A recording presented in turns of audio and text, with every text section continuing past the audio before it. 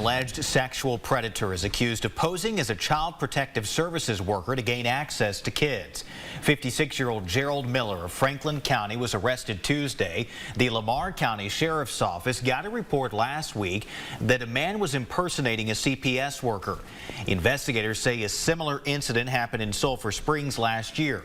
Miller's home and vehicle were searched and evidence was found linking him to both incidents, resulting in a charge of impersonating a public servant.